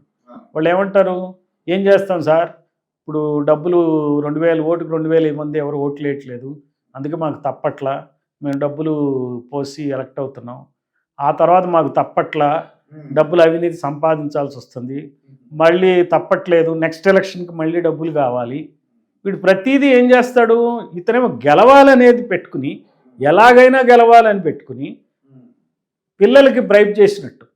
ఇప్పుడు ఇంట్లో పిల్లలకి తండ్రి తాగుబోతైతే వాడు కూడా ఒక పెగ్గు పోసినట్టు పిల్లలకి, నువ్వు కూడా తాగరంటే వాడిని ఎవడు క్వశ్చన్ చేసేవాళ్ళు లేదు. భార్యకు కూడా ఒక పెగ్గు పోస్తే భార్య కూడా క్వశ్చన్ చేయదు. ఈ రోజున రాజకీయ నాయకులు ప్రవర్తన అలా ఉంది. వాళ్ళు ఏం చేస్తున్నారంటే నెపం పిల్లల మీద నెడతారు, అంటే ఈ ఓటర్ల మీద తోసేస్తున్నారు, ఓటర్ల మీద. అలానే SIలు ఇన్స్పెక్టర్ల మీద తోయటం కూడా అన్యాయం. వాళ్ళు పిల్లలే డిపార్ట్మెంట్లో. రాష్ట్ర CM, DGP, IPS ఆఫీసర్లు తర్వాత వస్తారు SIలు ఇన్స్పెక్టర్. సో వీళ్ళు ఎలా ప్రవర్తిస్తుంది దాన్ని బట్టి వాళ్ళు ప్రవర్తిస్తారు. ఆటోమేటిక్గా మీకు అక్కడ కరప్షన్ పెరిగిపోతుంది. ఈ మధ్యకాలంలో రేవ్ పార్టీ అని అంటే వాళ్ళు మత్తు పదార్థాలు ఎక్కువైపోయినాయి పేపర్లో. ఇదే కారణం. ఒకటి ఏంటంటే కంట్రోల్ చేయగలం సార్ అవన్నీ చెప్తాను. ఒకటి ఏంటంటే ఈ సినిమాల వల్ల కానీ, ఈ సోషల్ మీడియా వల్ల కానీ, ఈ వీటి మీద ఒక క్రేజ్ ఎక్కువ అయింది. తాగటం, ఈ గంజాయి కానీ చూపించటం అనేది ఒక ఇకోసిస్టమ్ మారింది. ఒక యూత్ చూడంగానే వాడికి ఒక ఎక్సైట్మెంట్ క్రియేట్ చేసే విధంగా ఉంది. అయితే దానికి లోకల్ అవైలబిలిటీ ఉండాలి. లోకల్ అవైలబుల్ చేసే వ్యక్తులు కొంతమంది ఉంటారు. ఈ వ్యక్తులు ఒకళ్ళ ఇద్దరా 100 మందా అంటే ఒకళ్ళిద్దరు ఉండటం అనేది మనం ఎప్పుడైనా సరే కంట్రోల్ చేయలేము. 1-2%, 10% వరకు ఓకే. బట్ 100% అయిందంటే అక్కడ అడ్మినిస్ట్రేషన్ లోపం ఉందని లెక్క. ఓకే. ఇప్పుడు ఈ రోజున అడ్మినిస్ట్రేషన్ లోపం ఉందంటే అది రాష్ట్ర వ్యాప్తంగా అడ్మినిస్ట్రేషన్ ఫెయిల్ అయిందంటే అది సీఎంలో పనితీరులో లోపం ఉందని అర్థం. అందువల్ల కంట్రోల్ చేయలేనిదేం కాదు, కంట్రోల్ చేయటం కష్టం, but not impossible. It is difficult, but it is not impossible. చేయొచ్చు, తీసుకురావచ్చు. అంటే తీసుకురావాల్సిన బాధ్యత అధికారుల మీద ఉంది, తర్వాత మేధావుల మీద ఉంది, మీడియా వాళ్ళ మీద ఉంది, అలాగే ప్రభుత్వం మీద కూడా ఉంది. సినిమాల మీద కూడా ఉంది. ఈ పోకిరి సినిమాలు చేసి హీరోయిజం చేసి పాత్రకి తప్పదు కాబట్టి నేను ఇట్లా పెట్టానని చెప్పి మళ్ళీ సొంతంగానేమో వాళ్ళు బీడీలు తాగరంట. బీడీ లాంటిది ఒకటి తయారు చేసుకుంటాడంట మహేష్ బాబు. ఏంటంటే బీడీ కాదట, అది ఏంటి, అది గుంటూరు ఏంటంటే అది సినిమా పేరు గుంటూరు కారం. గుంటూరు కారంలో అంట నేను తాగను, బీడీ మంచిది కాదు, నాకు వేరే తయారు చేస్తే నేను ఇది చేశాను. నువ్వేం మెసేజ్ ఇస్తున్నావు? నువ్వు పెద్ద హీరోగా ప్రజలకు ఏం మేలు చేస్తున్నావు? బీడియో సిగరెట్టో తాగమనే ఇదే కదా నువ్వు చేసేది. ఈ నాయకులు కూడా వీళ్ళు కూడా సోషల్ ఇన్ఫ్లుయెన్సర్స్. ఇప్పుడు ఒక cinema hero is a big social influencer. ఇప్పుడు మేము చెప్పిన మాట వెళ్ళదు జనాలకి, వీళ్ళు చెప్పింది వెళ్తుంది. వీళ్ళు చెప్పాల్సింది సరిగ్గా చెప్పాలా, వీళ్ళు నిబద్ధతతో వ్యవహరించాలి. అంతేగాని పాత్ర కాబట్టి నేను కాలుస్తా అంటే ఎటు కుదురుతుంది? నువ్వు చేసేది, నువ్వు క్రైమ్ మీద సినిమా చేసి క్రైమ్ తగ్గాలంటే ఎట్లా? You are making crime a glamorous thing. You are a glamorous star, you are committing crimes and you say that crime should not be there. నీ ఇంటికే ఇబ్బంది అది. వీళ్ళు ఎవరైతే సినిమాలు ఏదైతే వీరత్వం చూపిస్తారో, హీరోయిజం చూపిస్తారో, చివరికి వాళ్ళ ఇళ్లలోనే అవి జరుగుతుంటాయి. మళ్ళీ చిత్రంగా ఉంటాయి. ఇప్పుడు ఆ డ్రగ్స్కి ఫైనల్గా సినిమా స్టార్స్ మీద పడింది కదా, వాళ్ళకి ఇబ్బందులు వచ్చినాయి కదా. వాళ్ళు ఏవైతే చెప్పుకుంటా వచ్చారు బయటికి, అవి మళ్ళీ వస్తుంది. అంటే ఇంకొక నష్టం జరుగుతుందండి సమాజంలో. మనం ఏం చూపిస్తున్నాం సినిమా చూసేటప్పుడు? Smoking is injurious to health అంటారు, drinking is injurious to health అంటారు. అన్నిటి మీద వేసి మరి సినిమాలో చూపించి వాడు సిగరెట్ తాగేటప్పుడు smoking is injurious to health. What is this double standard? చూపించేస్తున్నారు. ఆ చిన్నది చేస్తే నీకు స్టాట్యూటరీ లైబిలిటీ అయిపోయింది, నీ మోరల్ లైబిలిటీ ఎక్కడ పోయింది? మోరల్ లైబిలిటీ ఇంపార్టెంట్ కదా. నీకు స్టాట్యూటరీ లైబిలిటీ ఫాలో అవుతున్నావు, లీగల్గా you are right, but morally you are wrong. మళ్ళీ వీళ్ళు పెద్ద పెద్ద ఇంటర్వ్యూలు ఇస్తారు, చాలా గొప్ప వాళ్ళ కింద ఎంత గొప్పగా క్రియేట్ చేసాం ఈ మూవీని, దానికి ప్రమోషన్ ఎక్సర్సైజ్. ఈ రకంగా ప్రజల్ని, యాక్చువల్గా యూత్ని తప్పుదారి పెట్టిస్తుంది సినిమాలు కానీ మీడియా కానీ. అదేవిధంగా ఈ ఈ ప్రభుత్వాల్లో ఉన్న వాళ్ళు కూడా ఈ హీరోలతో పాటు అయితే ఈ రేవ్ పార్టీలు చూస్తుంటామండి. వాళ్ళు మీ అంటే మీ జ్యూరిడిక్షన్ లేదు కాబట్టి ఓకే, అక్కడ ఎక్కువగా వాళ్ళు అంటే అమ్మాయిలు ఉన్నారు, అబ్బాయిలు ఉన్నారు అవి చెప్తుంటారండి. ఆ పూర్వం అదంటే ఇప్పుడైతే డ్రగ్స్ కూడా యాడ్ అయినాయి అంటండి. మీకు రాజ్ తరుణ్ లావణ్య కేసు, అది పోలీస్ కేసు మీ దగ్గరికి వస్తే ఏం చెప్తారో చూద్దాం సార్. అంటే రాజ్ తరుణ్ లావణ్య కేసు ఏంటంటే, లావణ్య అన్న ఒక అమ్మాయి 11 సంవత్సరాలు ఈ రాజ్ తరుణ్ దగ్గర హీరో, సినిమా హీరో, మీ దగ్గర ఒక ఎస్పీ గారు లేకపోతే ఒక డీజీపీ దగ్గర మీ దగ్గర వచ్చిందండి న్యాయం గురించి. అమ్మాయి ఏమంటుందంటే 11 సంవత్సరాలు నాతో పాటు కాపురం చేశాడు, లివ్ ఇన్ రిలేషన్, సహజీవనం చేశాము, ఇప్పుడు వేరే అమ్మాయితో ఉంటున్నాడు, నన్ను పెళ్లి చేసుకున్నాడు అని చెప్తుందండి. అప్పుడు కేసు అవుద్దా లేదా సార్? అది అంటే మరి మీరు చెప్పిన దానిలో ఏమంటున్నారంటే ఇద్దరు కలిసే ఉన్నారు అంటున్నారు. 11 కలిసే ఉంటున్నారు దానిలో. మరి అంటే పెళ్లి చేసుకుంటానని కలిసే ఉన్నాము, పెళ్లి చేసుకుంటానని నాతో శారీరకంగా కలిశాడు, నాకు మోసం చేశాడంటే కేసు అవుతుంది. అట్లా కాకుండా కలిసే ఉన్నాం, ఇష్టపడే ఉన్నాం, దానికి సంబంధం లేదు, పెళ్లికి సంబంధం లేదంటే కేసు లేదు. పెళ్లి చేసుకోవడానికి గుళ్ళో పెళ్లి చేసుకోవడానికి అని చెప్పింది అనుకోండి, అది ప్రూవ్ చేయవలసిన బాధ్యత ఆ అమ్మాయి మీద ఉంటుంది అన్నమాట. ఉంటారుగా, ఎవిడెన్స్ ఉంటుందిగా. ఎవిడెన్స్ ఈ కేసుల్లో ఉమెన్కి ఎక్కువ అవకాశం ఇస్తారు. ఏది వాళ్ళ మాటని పోలీస్ తీసుకోవాల్సి వస్తుంది. వాళ్ళు చెప్పే మాట, నన్ను పెళ్లి చేసుకున్నాడు అని ఒక ఫోటో చూపించింది అనుకోండి, లేదా అక్కడ గుళ్ళోకి వెళ్ళినాక అవునండి ఇక్కడ చేశారని పూజారి చెప్పిన రికార్డు ఉన్నా అది ఎవిడెన్స్ అవుతుంది. పూజారి అతను ప్రూవ్ చేయలేదు అనుకోండి, చేయలేదు, డౌట్ వచ్చింది అనుకోండి, అతను చెప్తాడు నేను ఆ సమయంలో గుడికే వెళ్ళలేదు అన్నాడు అనుకోండి, నేను పలానా చోట ఉన్నాను, కావాలంటే నా కాల్ డేటా చూసుకోండి అన్నాడు అనుకోండి, నా లొకేషన్ అది లేదు అన్నాడు అనుకోండి, అప్పుడు వాళ్ళు ఏం చేస్తారంటే ఈ పోలీసులు అతని మీద యాక్షన్ తీసుకోవడానికి అవకాశం ఉండదు. సో అది ఇన్వెస్టిగేషన్లో ఈ విషయాలన్నీ తేల్తాయి. ఒకవేళ ఇన్వెస్టిగేషన్లో అతని తరపున ఎవిడెన్స్ లేకపోతే ఆమె చెప్పింది బిలీవ్ చేయాలి పోలీసులు. ప్రైమా ఫేసి ఎవిడెన్స్ కింద చేసి అతన్ని అరెస్ట్ చేయాల్సి ఉంటుంది. ఆ తర్వాత ఛార్జ్షీట్ వేసినప్పుడు కోర్టులు సాటిస్ఫై కాకపోతే ఎవిడెన్స్ ఇది చాలలేదని చెప్పి అతనికి బెనిఫిట్ ఆఫ్ డౌట్ ఇచ్చి అతన్ని పక్కదు. లేకపోతే ముందస్తు బెయిల్ అంటారు, అది కూడా వెళ్ళొచ్చు మాత్రం. వెళ్ళొచ్చు, దానికి ఇబ్బంది ఏం లేదు. బెయిల్కి దోషత్వానికి నిర్దోషత్వానికి సంబంధం లేదు సార్. ఇంకా మీరు ఏసీబీ డీజీపీగా ఉన్నారు సార్, అది చాలా కేసులు చూస్తుంటారు. మాకు అంటే ఆ పెద్ద ఆఫీసర్ అండి ఆయన. న్యూస్ పేపర్లో చూసరికి మాకు తెలిసిన వరకు ఆయన పెద్ద ఆఫీసరు. తెలిస్తే ఆయన పాపం ఫోటో ఇవన్నీ ఉండటం అది చూస్తే చాలా బాధ అనిపిస్తుంది. అంటే ట్రాప్ అయ్యాడనే, ట్రాప్ అయిన ఫోటో చూసి మీకు బాధ కలిగి కానీ ఆఫీసర్ మంచివాడే, కానీ నిజంగా అది అంటే అది ఎట్లుంటుందంటే డబ్బు ఇచ్చేవాడు వచ్చి మాకు చెప్తాడండి, అతను పెట్టిన బాధలని చెప్తాడు. రేపురా ఎల్లుండ్రా నీకు ఎట్లయిద్ది, ఏమనుకుంటున్నావు, నీకేం ఖాళీ కూర్చున్నాను అనుకుంటున్నావా, ఇంత ఇస్తేనే అవుద్ది అంత ఇస్తేనే అవుద్ది అని తిప్పుతూ ఉంటాడు. ఓకే. కొంతమంది ఇల్ట్రీట్ చేస్తారు. జనాలు ఏం చేస్తారంటేనంటే ప్రజల్లో కూడా తత్వం ఏంటంటే ఈ పనికి ఇంత అని చెప్పి వాళ్ళకి మార్కెట్లో తెలిసి ఇవ్వగలిగినంత తీసుకుంటే జనాలు పోలీసులకి ఏసీబీకి కంప్లైంట్ చేయరు. అలవాటు పడిపోయారు. ఎందుకంటే అవినీతి అంత ఎక్కువ ఉంది మన దేశంలో ఎక్కడైనా కానీ. వీళ్ళు ఏం చేస్తారు, కొంతమంది మనకి పెద్ద ఆఫీసర్లాగా కనపడవచ్చు కానీ వాళ్ళతో బిహేవియర్ డిఫరెంట్గా ఉంటుంది. ఆ డిఫరెంట్గా ఉండటంతో వాళ్ళకి అలా చాలామంది కడుపు మండుద్ది. ఆ కడుపు మండిన 100 మందిలో ఒక్కడు ఇస్తాడు కంప్లైంట్. ఆ ఒక్కటి ఏసీబీ వాళ్ళకి వచ్చినప్పుడు వాళ్ళు ఏం చేస్తారంటే ఇతన్ని మళ్ళీ ఇచ్చి ఈ స్పై కెమెరాలు ఇచ్చి వాయిస్ రికార్డర్లు ఇచ్చి పంపిస్తారు. ఇతను చెప్పింది కరెక్టా కాదా అని వెరిఫై చేసుకుంటారు. వెరిఫై చేసుకుని అసలు ఇతనికి పని చేయాల్సిన అవసరం ఉందా లేదా, ఇతను ఎలిజిబుల్లా కాదా, అయితే అతను డబ్బులు అడిగాడు అనేటువంటిది తేలాలి కాబట్టి మళ్ళీ వెళ్ళి అతనితో మాట్లాడమని చెప్తారు. సార్ మీరు ఇంత అడిగారు, 10,000 అడిగారు, 10,000 ఇచ్చుకోలేను, 8,000 ఇస్తాను. లేదు 10,000 లేనిది చేయటానికి కుదరదు అన్నాడు అనుకోండి, అది రికార్డ్ చేసి పట్టుకొస్తారు.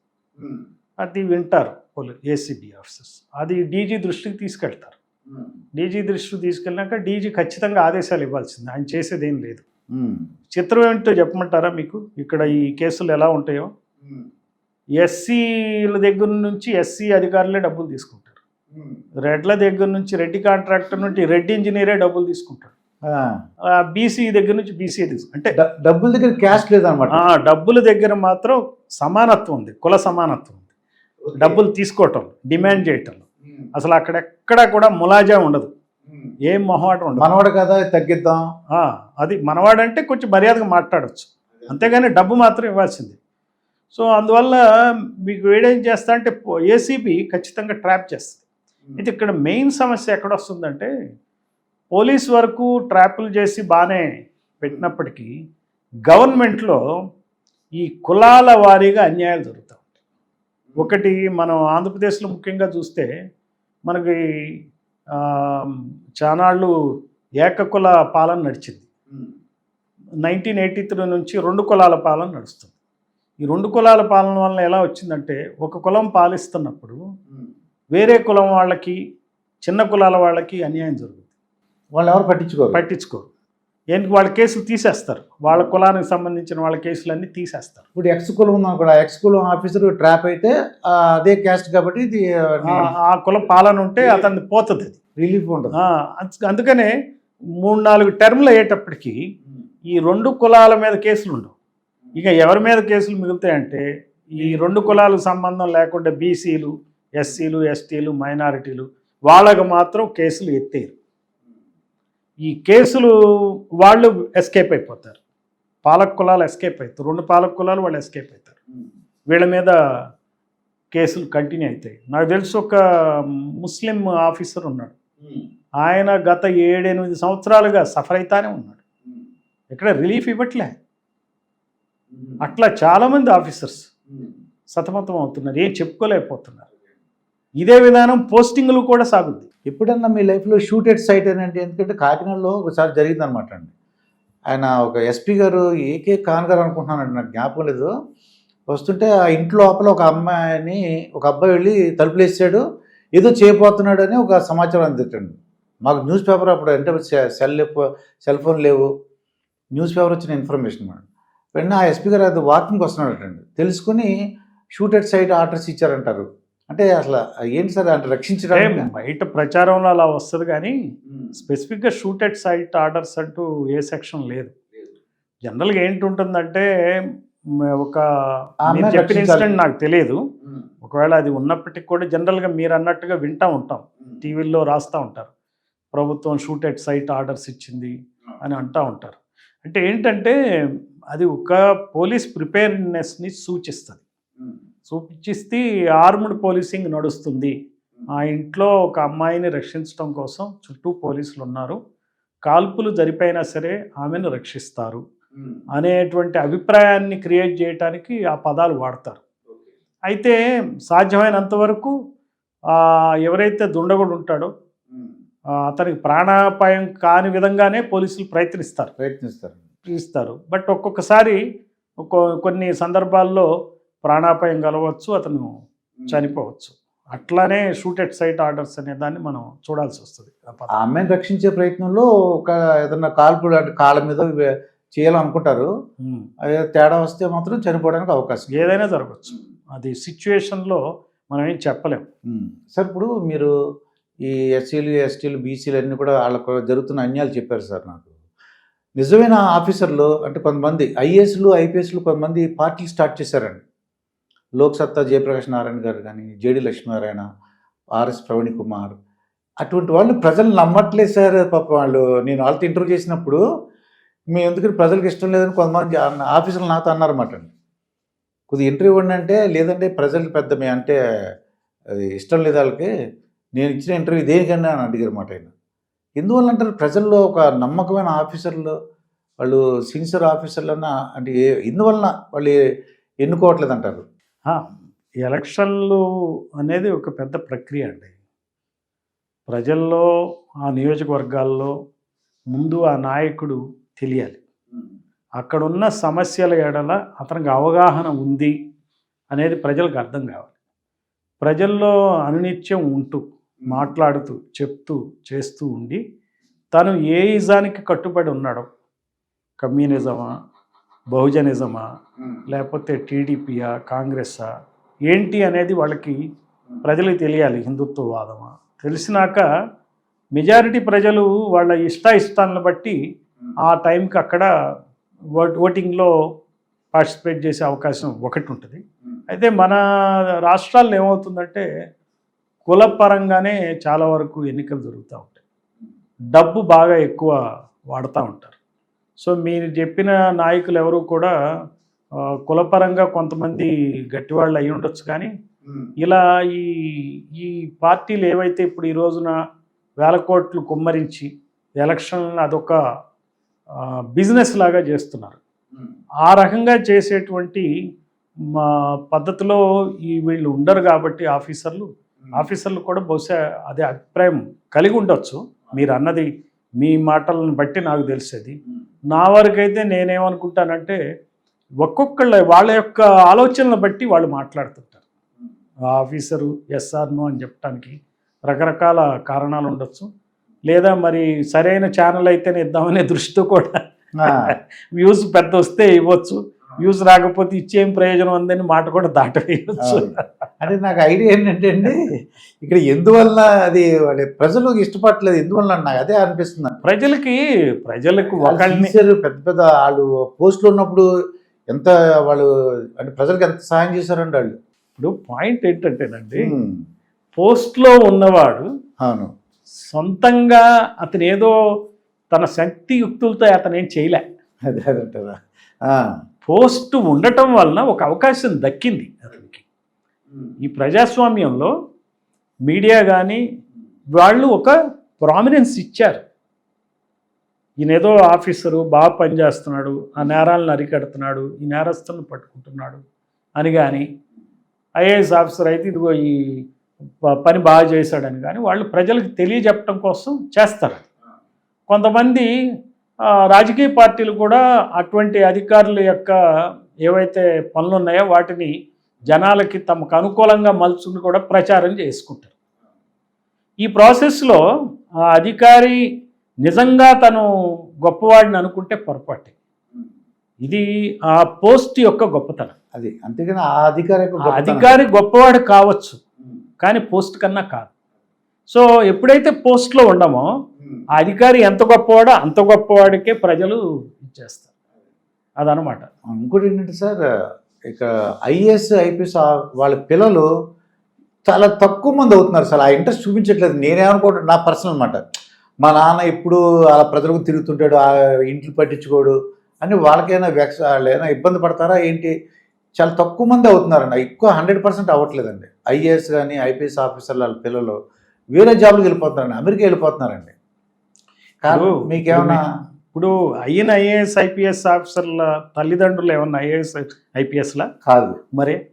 అవునండి. ఎవరైనా ఈ వంశపారంపర్యంగా జరిగేది ఎక్కడ జరుగుతుంది? ఈ రాజకీయ నాయకులు కొన్ని కుటుంబాల్లో జరుగుతుంది. మన ఆంధ్రప్రదేశ్ పెట్టుకుందాం. ఆంధ్రప్రదేశ్లో ఎన్టీఆర్ కుటుంబం తీసుకుందాం. ఎన్టీఆర్ కుటుంబంలో ఎట్లా ఉంది ఈ రోజున పరిస్థితి? వాళ్ళు బిజినెస్లు చేసుకుంటూనే, సినిమాలు చేసుకుంటూనే రాజకీయాల్లోకి చొరబడుతున్నారు. సో కొన్ని ఫెయిల్డ్ కేసెస్ ఉన్నా సక్సెస్ఫుల్ కేసెస్ ఎక్కువ ఉన్నాయి. వాళ్ళకు ఒక మార్గం దొరికింది, వాళ్ళకు ఒక పార్టీ దొరికింది. ఒక పార్టీలో ఉంటూ ఎక్స్ పార్టీ దాని ఆపోజిట్ పార్టీలో చేరుతున్నారు. అలా వంశపారంపర్యంగా చేసుకోవడానికి రాజకీయాలు అవకాశం ఇస్తుంది. రాజకీయాలకి యూనియన్ పబ్లిక్ సర్వీస్ కమిషన్ లాంటి సంస్థ లేదు. లేదు. ఏది స్క్రీన్ చేసేది, నువ్వు లీడర్వా కాదా, పనికొస్తావా పనికిరావా కాదు. నువ్వు వైఎస్ఆర్ కొడుకు అయితే, ఎన్టీఆర్ కూతురు అయితే, ఎన్టీఆర్ అల్లుడు అయితే, మనవడి అయితే నీకు సినిమాల్లో స్థానం ఉంటుంది, నీకు రాజకీయాల్లో స్థానం ఉంటుంది. ఇది పరిస్థితి. ఇది వంశపారంపర్యంగా అది చూసి అది ఉద్యోగాల్లో అవ్వాలంటే కాదు. యూనియన్ పబ్లిక్ సర్వీస్ కమిషన్ ఒక పరీక్ష నిర్వహిస్తుంది. ఆ పరీక్షలో అతను పాస్ అవ్వాలి. ఇప్పుడు నేను సెలెక్ట్ అయ్యానంటే నా బ్రదరు, నా కొలీగ్స్ కూడా సెలెక్ట్ అవుతారా? అవ్వాల్సింది పని లేదే. ఎవరన్నా అయ్యి ఉంటే అది చాలా రేర్ సిచ్యువేషన్, జరుగుతుంది అది అట్లా. అలానే నా కొడుకులు ఐఏఎస్లు ఐపీఎస్లు అయ్యి, వాళ్ళ కొడుకులు ఐఏఎస్లు ఐపీఎస్లు అయ్యి, ఉన్న పోస్టులే 700 ఉంటాయి ఈ దేశంలో, వీళ్ళ పిల్లలు ఉంటే మిగిలిన ప్రజలు ఏమవుతారు? సో అన్యాయం కదా. అంటే సెలక్షన్ ప్రాసెస్లో వాళ్ళ యొక్క మెరిట్స్ని బట్టి, ఇష్టాలను బట్టి, క్యాపబిలిటీని బట్టి ఉంటుంది. ఆ రకంగానే అవుతుంది. ఆ పిల్లలు జనరల్గా ఇంట్రెస్ట్ చూపించట్లేదండి, ట్రై చేయట్లేదండి. అది అన్ని చోట్ల జరుగుతుంది. పర్సంటేజ్ అన్ని చోట్ల అందరూ అంతే. ఏ పిల్లోడు, డాక్టర్ల పిల్లలు కూడా డాక్టర్ మీద ఎంతమంది చూపిస్తారు? చాలా తక్కువ మంది చూపిస్తారు. చదవనవాడిని కూడా వాడు ఏం చేస్తాడు, ఆ నర్సింగ్ హోమ్ ఉన్న డాక్టరు కొడుకుని బయట రష్యాలోనో, చైనాలోనో, లేకపోతే ఉక్రెయిన్లోనో ఎట్టగొట్ట డాక్టర్ పట్ట వాడికి 1-2 కోట్లు పోసి కొనేసి వీడు మన విజయవాడలో ఒక హాస్పిటల్లో వాడిని ఎండీ చేసి పడేస్తాడు. ఎందుకంటే వాడికి వ్యాపారం ఉంది. అక్కడ 100 బెడ్లో 2 బెడ్లో ఆసుపత్రి ఉంది, వాడి క్లయింటీల్ ఉంది. ఆ బేస్ను వదులుకోకూడదు, కొడుకుని చేసి పడి అట్లా వంశపారంపర్యం. ఇది మళ్ళీ బిజినెస్ ప్యాటర్న్. ఇక్కడ కూడా మళ్ళీ కుల ప్రాబల్యం వస్తుంది. ఇక్కడ కుల ప్రాబల్యం అంత ఈజీ కాదు. సివిల్ సర్వీసెస్లో కులాన్ని వాడుకుని, కుటుంబాన్ని వాడుకుని రాజకీయాలు చేయొచ్చు, లేకపోతే వ్యాపారాలు చేయొచ్చు, జడ్జిలు కావచ్చు, లేకపోతే ఏదైనా కావచ్చు. ఎందుకంటే అది దాని ఫ్రీ ఫీల్డ్ అది. బట్ సర్వీసులు అట్లా కుదరదు. మీరు డిగ్రీ ఉండాలి, వాడికి ప్రిలిమ్ పాస్ అవ్వాలి, మెయిన్ పాస్ అవ్వాలి, ఇంటర్ పాస్ అవ్వాలి. అందులో ఎన్ని తేడాలు వచ్చినా, తేడాలు ఉన్నాయని అన్నప్పటికీ కూడా 90% కరెక్ట్ ఉండాలి అక్కడ. వీటిలో అట్లా ఏం లేదు. ఎవరు ఎప్పుడు ఎక్కడైనా సరే దూకొచ్చు, వాళ్ళకి అవకాశాన్ని బట్టి దూకేసి వాళ్ళు అవుతారు. అది చూసి మా పిల్లలు అవ్వట్లేదు అనుకునే దానికి కన్ఫ్యూజ్ అవుతున్నారు. మీరు చాలా ఈ పోలీస్ డిపార్ట్మెంట్ లైఫ్లో బాగా సంతోషం కలిగిన కొన్ని ఉంటాయి కదా సార్. ఇవి ఆ రోజు నేను భలే సాల్వ్ చేశాను, లేదంటే ఆ రోజు బాగా హ్యాపీగా చాలా అంటే సక్సెస్ సాధించాను, ఇదిరా పోలీస్ అంటే అలా అనిపించింది సార్ ఎప్పుడన్నా? మీకు చాలా ఉంటుంటాయి, బాగా జ్ఞాపకం ఉన్నది నాకు తెలిసినందుకు చాలా ఉంటాయండి. నేను జమ్మలమడుగు ఇన్సిడెంట్ అది నాకు బాగా నచ్చింది. ఇది బాగా కంట్రోల్ చేశాను. నాదేం కాదు అది. కొత్తగా గంట ముందే నాకు ఆ ఏరియాకి వెళ్ళమన్నాడు ఆయన ఎస్పీ. వెళ్ళాను, వెంటనే మటుమావే అయిపోయింది అది.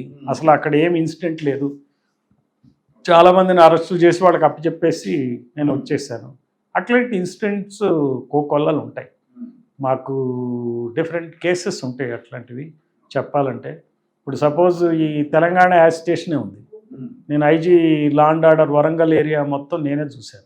వరంగల్ ఏరియా రీజన్ అంటే 4 జిల్లాలు ఉంటాయి ఇప్పుడు. ఆ పాత ఆదిలాబాదు, కరీంనగరు, వరంగల్, ఖమ్మం. ఆ తర్వాత హైదరాబాద్ రేంజ్ డిఐజీ కూడా ఆయన సెలవులో పోయాడు. ఫాస్ట్ అండ్ టు డెత్ మన కేసీఆర్ ఆయన టేకప్ చేసినప్పుడు ఆ పీరియడ్లో.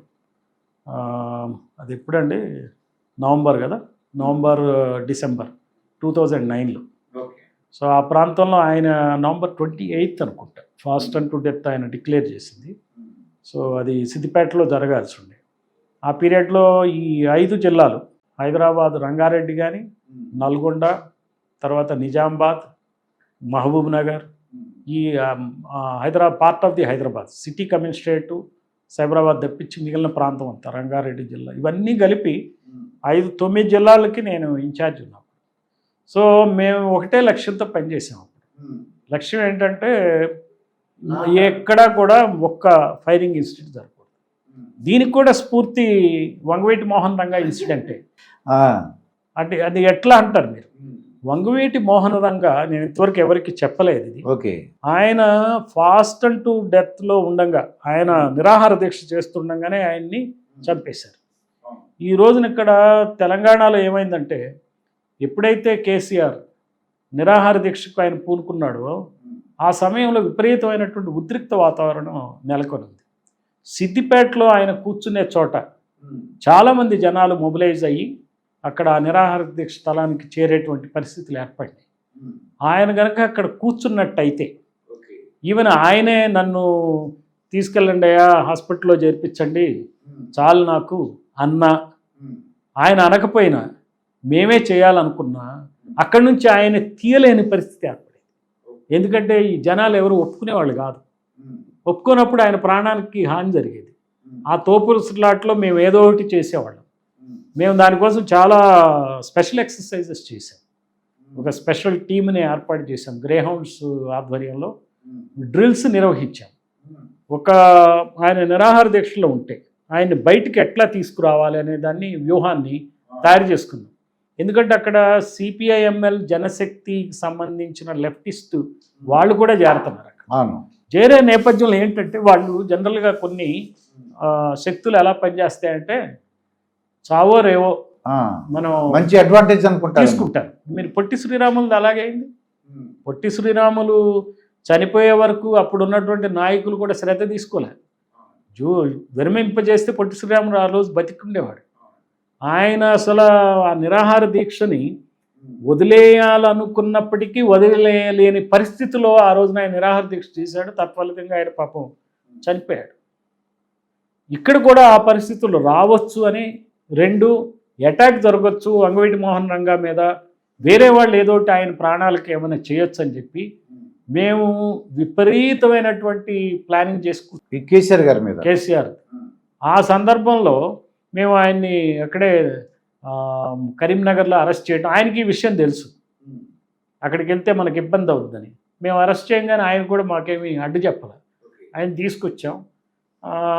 వరంగల్లో పెడదాంలే అని చూస్తే వరంగల్లో అసలు విపరీతమైన ప్రజలు ఉంది, మేము కంట్రోల్ చేయలేమేమో ఆయన్ని అనే దృష్టితో వెళ్ళి ఖమ్మంలో పెట్టడం జరిగింది. అంటే నేను అనేది ఇవన్నీ మాకు చాలా నేను ఎట్లా చూస్తాను పోలీస్ ఆఫీసర్గా, మీకు ఇందాక చెప్పాను కదా, శాంతి భద్రతలు పరిరక్షణ అల్టిమేట్గా అది. నేను ఆంధ్రప్రదేశ్కి చెందిన ఆఫీసర్నే కావచ్చు, నేను ఆంధ్రప్రదేశ్ వద్దు మాకు తెలంగాణ కావాలనే నినాదం తీసుకుని ఉండొచ్చు. ఇక్కడ ప్రజల ఉద్దేశం, వాళ్ళు కావాల్సింది వాళ్ళు చేస్తున్నారు. ప్రజలు వాళ్ళు యాజిటేషన్ అయినా చేయొచ్చు. మా రోల్ ఏంటంటే పోలీస్ ఫైరింగ్ చేయకుండా, జనాలకు నష్టం జరగకుండా ఆ ఉద్యమాల్ని సజావుగా జరిగేట్టుగా చూడటం మా విధి. శాంతి భద్రతల పరిరక్షణ మా విధి. సో ఆ రకంగా మేము చేసాం, బ్రహ్మాండంగా మెయింటైన్ చేసాం. ఎక్కడా ఇన్సిడెంట్స్ లేవు. అంటే పార్టీ పాలసీ కూడా అహింసాయుతంగా పోవాలని ఉన్న టీఆర్ఎస్ పార్టీ ఉన్నప్పటికీ కూడా ఏ శక్తులు ఎలా తయారవుతాయో తెలియదు. ఉద్రిక్త వాతావరణం ఏమవుతుంది వాళ్ళ కంట్రోల్లో కూడా ఉండదు. ఉండనప్పుడు మేమేంటంటే అన్ని రకాలుగా ఆలోచించి కట్టుదిట్టమైన భద్రతా ఏర్పాటు చేసి అది సజావుగా సాగి, ఆయన అక్కడి నుంచి మళ్ళీ ఇక్కడ హైదరాబాద్ నిమ్స్ వచ్చే వరకు, ఆ నిమ్స్ వచ్చినాక నా బాధ్యత తీరిపోయింది. I was very happy. So రాష్ట్రాలు ఉంటాయా, విడిపోతాయా, కలుస్తాయా కాదు, మాకు కావాల్సింది ఏంటంటే నా టైంలో నేను పనిచేసిన ఏరియాలో ప్రజలకి నష్టం జరగకుండా సజావుగా జరగటం, అది చాలా సంతృప్తి అయిన అంశం. చాలా చాలా టఫ్ టాస్క్ అండి అది ఎవరు గుర్తించరు, ఎవరికి అర్థం కావు. ఇదే కాకుండా నేను ఇంకొకటి ఏంటంటే, మీకు నా హయాంలో నేను డిఐజీ ఎస్ఐబిగా చేశాను, అంటే నక్సల్ ఇంటెలిజెన్స్ హ్యాండిల్ చేశాను. నక్సల్ ఇంటెలిజెన్స్ హ్యాండిల్ చేసినప్పుడు నక్సల్స్తో చర్చలకి కాంగ్రెస్ ప్రభుత్వం ఆ రోజు మేనిఫెస్టోలో పెట్టింది. ఆయన YSR was the chief minister. ఆ సందర్భంగా నక్సల్స్తో చర్చలు జరపాలి. ఓకే. అప్పుడు నాకు ఎస్ఐబి, నేను ఇంటెలిజెన్స్లో ఉన్నా, ఇంటెలిజెన్స్ నుంచి నక్సల్ ఇంటెలిజెన్స్కి నన్ను ట్రాన్స్ఫర్ చేసి ఆ చర్చలు సజావుగా సాగాలి. ఎట్ ది సేమ్ టైం రాష్ట్రంలో ఎక్కడా కూడా నక్సల్ వైలెన్స్ ఉండకూడదు. ఈ రెండు కష్టమైన అంశాలు. కర్ర విరగకూడదు, పాము చావకూడదు, ఈ రకమైంది. సో మేము ఆ నక్సల్తో చర్చలు, నేను I was with the teams, Naxal మెంబర్స్తో. అప్పటి హోంమంత్రి జానారెడ్డి గారు, మేము ఆ మర్రిచెన్నారెడ్డి బిల్డింగ్లో మేము కలిసాం. ఇట్లానే కలిసాం, మాట్లాడుకుంటూ ఉంటాం. వాళ్ళకి ప్రభుత్వ ప్రతినిధులతో చర్చలు వాళ్ళందరూ రావడానికి ఏర్పాట్లు చేయటం, వాళ్ళు మన ఇక్కడ మంజీరా గెస్ట్ హౌస్లో ఉండటం, లేకపోతే మర్రిచెన్నారెడ్డి మీటింగ్ చేయటం, మళ్ళీ వాళ్ళని సజావుగా పంపించటం, మళ్ళీ అడవి వనప్రవేశం చేయించడం, ఇట్లా రకరకాలుగా ఎక్కడా ఒడిదిడుకులు లేవు. ఎట్ ది సేమ్ టైం గ్రామాల్లో ఎక్కడా కానీ నక్సల్ ప్రభావిత ప్రాంతాల్లో ఈ నక్సల్ తరపున మర్డర్స్ కానీ ఇంకోటి కానీ లేకుండా, అండ్ ప్రజలకి నష్టం జరగకుండా మళ్ళీ పోలీసు యంత్రాంగం చర్చలు కాగానే వాళ్ళు సమాయత్తం అయ్యి ఈ నక్సల్ చేసేటువంటి హింసని కంట్రోల్ చేసే విధంగా కూడా మేము రక్షణ వ్యవస్థనప్పుడు తీర్చిదిద్దటం జరిగింది. మాకు చాలా ఆశ్చర్యం కలిగి ఏంటిది వనంలోంచి రిసీవ్ చేసుకోవడం ఏంటి, మళ్ళీ పంపించడం, మాకు చాలా వింతగా మేము టీవీలో చూసేవాళ్ళం అండి. ప్రజాస్వామ్యం, బ్యూటీ ఆఫ్ ప్రజాస్వామ్యం అంటే అది. ఇప్పుడు కూడా మీరు రాసుకోవాల్సింది ఏంటంటే, ప్రజల దృష్టితో మనం ప్రజల బాగోగులను దృష్టిలో పెట్టుకుని పనిచేయాలి. ఇక్కడ శత్రువులు ఎవరు లేరు. నక్సలైట్లు మన ఆంధ్ర వాళ్ళు, తెలంగాణ వాళ్ళే, పోలీసులు ఆంధ్ర వాళ్ళు, తెలంగాణ వాళ్ళే, అందరూ భారతీయులే, అందరూ మనుషులే. సో ఒక్కొక్కళ్ళకి ఒక్కొక్క నేపథ్యంలో ఒక్కొక్క రకమైనటువంటి అవగాహనతో వాళ్ళు ఉన్నప్పుడు మనం కూడా ఒక ఆపర్చునిటీ ఇవ్వాలి. ఇప్పుడు అందుకని ప్రభుత్వం ఎప్పుడు తండ్రి లాంటి పాత్ర పోషించాలి. ప్రభుత్వంలో ఉన్న పాలక పార్టీ ప్రతిపక్ష పార్టీని శత్రువుగా చూడకూడదు. పాలక పక్షాన్ని ప్రశ్నించే వాళ్ళని అర్థం చేసుకోవాలి. ఎందుకు వీళ్ళు ప్రశ్నిస్తున్నారు, వీళ్ళు చెప్పిన దాన్ని మనం ఏం చేయగలం, అలాగే నక్సలైట్లు ఏం అడుగుతున్నారు చర్చించాలి. వాళ్ళకు కూడా క్యాడర్ ప్రజాబాహుళ్యానికి కూడా తెలియాలి. నక్సల్స్తో కూడా కలిసి ఈ ప్రభుత్వం డిస్కస్ చేస్తుంది, మాట్లాడుతుంది. ఇది ప్రజాప్రభుత్వం, అంతేగాని ఎవరికి వ్యతిరేకం కాదు. ప్రభుత్వం అనేది అందరిదండి. అసలు ఇది చాలా ఇంపార్టెంట్ కాన్సెప్ట్. ప్రభుత్వం అసలు ఈ రోజున కొన్ని పదాల వాడకాన్ని నిషేధించాలి. చంద్రబాబు ప్రభుత్వం, జగన్మోహన్ రెడ్డి ప్రభుత్వం, మోడీ ప్రభుత్వం, లేకపోతే రేవంత్ రెడ్డి ప్రభుత్వం, ఈ పదాలు వాడకూడదు. ప్రజల కొరకు, ప్రజలచే అలాగా ఉంది కదండి అది. So for the people, by the people, of the people. So ఇది తప్పు నామింక్లేచర్ ప్రజల్లోకి వెళ్ళిపోతుంది. వాళ్ళు కూడా ఏమనుకుంటున్నారు, ఇది మా ప్రభుత్వం అంటున్నారు. అది మన ప్రభుత్వం. మీరు ఈ రోజున ఆ కుర్చీలో కూర్చుని కొన్ని నిర్ణయాలు తీసుకుంటున్నారు. ఆ దృష్టితో మీరు పాలన చేయాలి. కానీ ఇది నా ప్రభుత్వం, నా ఇష్టం, అంతా నా ఇష్టం అనే ధోరణిలో వీళ్ళకి తెలియకుండా, నాయకులకు కూడా వాళ్ళకి తెలియకుండానే వాళ్ళు అలా భావిస్తున్నారు. అది వాళ్ళకి కన్వీనియంట్ కాబట్టి భావిస్తారు. ప్రజలు కూడా ఈ ప్రభుత్వం పోతే కానీ మనకు మంచి జరగదు అనే ధోరణిలో తయారవుతున్నారు. అని 5 సంవత్సరాలు వెయిట్ చేస్తున్నారు, ఆ ఓపిక పడుతున్నారు. కానీ ఓపిక 5 సంవత్సరాలు పడతారా, ఇంకా ముందే ప్రజలు రోడ్ల మీదకి వస్తారా అనే చూసే రోజులు కూడా వచ్చినాయి.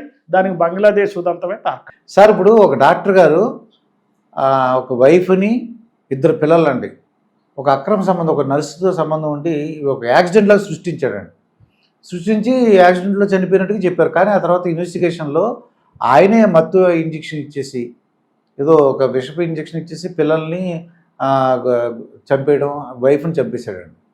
అసలు ఏంటి ఆ నేర ప్రవృత్తి ఎందుకు అలా వస్తుంది సార్? అంటే ఈ అక్రమ సంబంధం పిల్లల మీద ప్రేమ అయిపోయింది, అలాగే ఆ వైఫ్ మీద ప్రేమ అయిపోయింది, అర్థం అవట్లేదు సార్. అది దీన్ని ఎలా చూద్దాం అంటారు? మీకు అరిషడ్ వర్గాలు అంటారు. మీకు చెప్తే ఫిలాసఫీ ఇదేంటని అనుకోవచ్చు. కానీ కామం, క్రోధం, మదం, లోభం, మోహం, మాశ్చర్యం అని 6 గుణాలు ఉన్నాయి. ప్రతి మనిషి ఒక ట్రాప్లో ఉంటాడండి. సో ఆ డాక్టర్ ఒక ట్రాప్లో ఉన్నాడు. అతనికి కామం అనే ట్రాప్లు అంటే ఏంటి, మోహం అది అంటారు. కామం అంటే కోరికల కింద వస్తుంది, మోహం అనమాట. ఈ మోహంలో అతను ఆలోచిస్తాడనమాట. వాడికి ఇక ఏం కనపడదు, ఆ మోహం ఒక్కటి, ఆ పొరలు గమ్మి ఉంటాయి. సో వాడేమనుకుంటాడు, నేను డాక్టర్ని కదా, తెలివిగల్లోని కదా, నేను ఈ రకంగా చేయొచ్చు కదా, ఈ రకంగా చేస్తే నేను పోలీసులు దొరకకుండా వీళ్ళని తప్పించుకోవచ్చు కదా, వీళ్ళు నాకు అడ్డంగా ఉన్నారు కదా, ఈ అడ్డంగా ఉన్నవారిని పోలీసులు దొరకకుండా తప్పించుకుని నా కామకలాపాలు నేను సాగించవచ్చు కదా అనేటువంటి దానికి వర్కౌట్ చేసుకుని ప్లాన్ చేస్తాడు. తెలివి ఉన్నవాడు ఏంటంటే ఎప్పుడు కూడా మీకు చదువు గురించి చదువు లేని వాళ్ళ గురించి డిఫరెన్స్ చెప్తాను. చాలామంది ఏమంటారంటే చదువుకుంటే బాగుంటుంది, మంచివాడు అవుతాడు అంటారు. చదువు వలన మంచివాడు మరింత మంచివాడు అవుతాడు, చెడ్డవాడు మరింత చెడ్డవాడు అవుతాడు. అంటే వాడు క్రూక్ అనమాట. వాడు నేర్చుకుంటాడు క్రైమ్ ఎట్లా చేయాలని. సో డాక్టర్ అయ్యేటప్పటికి డాక్టర్ పనితనాన్ని చూపించాడు క్రైమ్ చేయటం. సరే పోలీసుల పనితనం కూడా బాగుంది కాబట్టి వాడు దొరికిపోయాడు. సో ఈ ట్రాప్స్ అందరూ నేరస్తులు అందరూ ఇన్ని కోట్ల మంది ప్రజలు ఉన్నప్పుడు 4 కోట్ల మంది ప్రజలండి తెలంగాణ రాష్ట్రం. అందులో 2 కోట్ల మంది మగాళ్ళు. ఈ 2 కోట్ల మందిలో కనీసం 200 మంది అయినా ఇలాంటి భావనలు ఉండకుండా ఉంటారా? పర్సంటేజ్ లాగా చూసుకుంటే ఇక 200 కేసులు కావద్దు మాకు సంవత్సరం మొత్తం మీద ఏంది ఇట్లా అవుతుందని వర్రీ అవ్వాల్సిన పనేం లేదు. 200 మంది ఉంటారు, ఉండరు అనేది ఏం లేదు. ఎంత డెవలప్ అయినా డబ్బున్నా వాడు ఎన్ని చదువుకున్నా ఆ రకమైన ప్రవర్తన కనీసం 200 మందిలో ఉంటే ఆ 200 మందిలో ఒక్కడి కేసు మనం ఈరోజు డిస్కస్ చేస్తాం. ఆ కేసు పూర్వపరాలు తెలియదు కానీ ఆ రకంగా మనం దాన్ని ఎక్స్ప్లెయిన్ చేయొచ్చు. సో అది ఉంటుంది. అది అందువల్ల చాలా తక్కువ మందే ఇలాంటి వాళ్ళు ఉంటారు. సో పోలీసులు కూడా డీల్ చేసేటప్పుడు వాళ్ళని డీల్ చేస్తే సమాజం మొత్తం హ్యాపీగా ఉంటుంది. వాళ్ళకి ఫ్రెండ్లీగా ఉండకపోతే చాలు. ఆ పోలీస్ ఆఫీసర్లు ఎవరైతే డీల్ చేయాలి చాలా బాధ అనిపిస్తుంది. వాళ్ళు కూడా మనుషులే కదా సార్, చూసినప్పుడు చివుక్కుమంటది. చివుక్కుమని కోపం వచ్చి కష్టపడతారు, చేస్తారు. ఏంద్రా ఇది సంగతి అని చెప్పి వాళ్ళు వర్క్ చేస్తారు. పోలీసుల్లో 99% క్రైమ్ కాగానే రెస్పాన్సిబుల్గానే బిహేవ్ చేస్తారు. మనకి ఎన్నో వేల కేసులు అవుతాయండి. ఎక్కడో ఒక కేసును పట్టుకుని పోలీసులను కూడా బ్లేమ్ చేస్తాం. బట్ అదర్వైజ్ చాలా సిన్సియర్గానే వర్క్ చేస్తారు. వాళ్ళకున్నటువంటి వసతులను బట్టి, వాళ్ళకున్నటువంటి సమయాన్ని బట్టి పనిచేయటం అనేది జరుగుతుంది. ఇదండి ఏసీబీ రిటైర్డ్ డీజీపీ పూర్ణచంద్రరావు గారితో జరిగిన ఇంటర్వ్యూ. మరొక ఇంటర్వ్యూతో మీ ముందుంటాను. మీ మాస్టర్ దుర్గా ప్రసాద్. నమస్కారం సార్. నమస్కారం.